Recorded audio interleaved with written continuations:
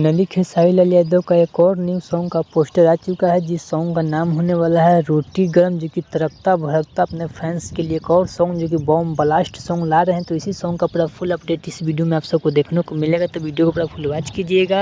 अगर अभी तक आप सब हमारे चैनल को सब्सक्राइब नहीं किए हैं तो प्लीज़ सब्सक्राइब कर वीडियो को लाइक कर प्यार से कमेंट करें। चलिए वीडियो में आगे बढ़ते हैं, बात करते हैं भोजपुरी के दबंग स्टार खेसारी लाल यादव के सॉन्ग रोटी गरम, जो कि सॉन्ग को रिलीज किया जाएगा Saregama home Bhojpuri YouTube channel पे, जो कि सॉन्ग पूरी तरह से बवाल धमाल मचा कर रख दे। क्योंकि इस सॉन्ग के वीडियो में आप सबको देखने को मिलेंगे भोजपुरी के दबंग स्टार खेसारी लाल यादव और नम्रता मल्ला के साथ में वीडियो सॉन्ग को शूट किया गया है।